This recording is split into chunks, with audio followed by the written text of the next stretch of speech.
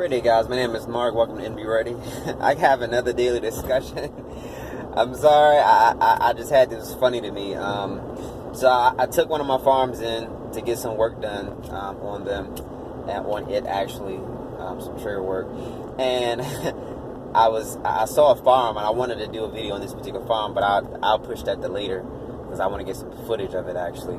But so, has anybody ever purchased a farm? Like, I want to know, if you're a DC resident and you've purchased a farm in DC, please do me a favor and let me know what the process is of buying a gun in DC. Okay? Because I talked to one of the guys behind the counter, and he was just telling me, I said, hey, are there any ranges in DC? And I guess it's a correction to my last video. No. He said there's no ranges in DC. I said, so if a person from DC wants to shoot, what are their options? He said DC, Maryland. That's pretty much it. You know, unless they're going to go to West Virginia or something to that nature. That's okay. I said, well, how does a person in DC buy a firearm if they don't have any firearm stores in DC? They don't have any ranges in DC. He said, well, let me tell you how it works.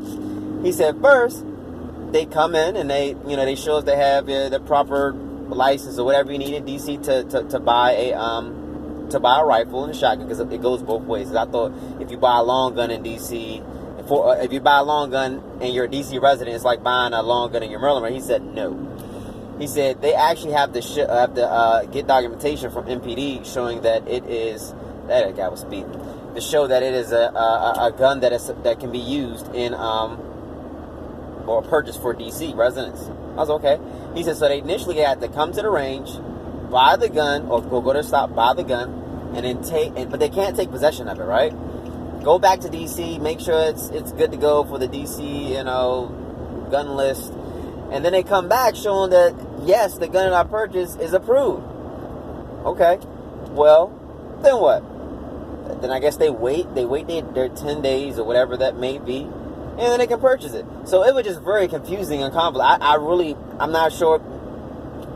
Maybe he is telling the truth. Not saying that the guy's lying. I'm sure because he knows more than me. He's been there for a while. He's done it already. But it just sounds so wacky. And then this guy had the nerve to show me a DC approved AR. Man, I'm not going to tell you the name of it. You can look it up yourself if you want to. But that's going to be a whole different video because I had to get myself together for that one. But it is what it is, right? So just know that if you're used to having a flash hider or a bolt lock, there's some things missing with this particular DC approved AR. But it's a blessing that at least DC residents can have an AR-15, right? But just not the one that people in the free states are used to. Maryland's not even a free state, but if you're used to your AR looking the way it look, it don't look that way in DC. So all in all, yes, you can own your rifle and shotgun in DC, but the only place you can go to get it is so you have to pay a transfer fee. I'm like, really? So he said, all in all, out the gate, you're out of the pocket about $200 or more before you even buy your firearm. Wow. Okay. So even if you bought some little a high point for $300, or no, if you bought a high point for like $200, you're like you're in the hole like $400 if you pay $200 for your high point pistol. $250 probably, because he said DC residents have to pay some money. So all in all, thank God that you have the right to own and purchase a firearm in DC, but it's going to cost you. It's going to cost you.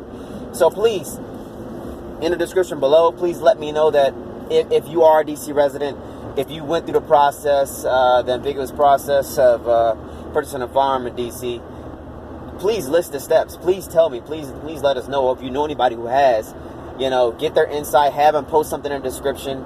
Thanks. You guys continue to have a blessed day. All right.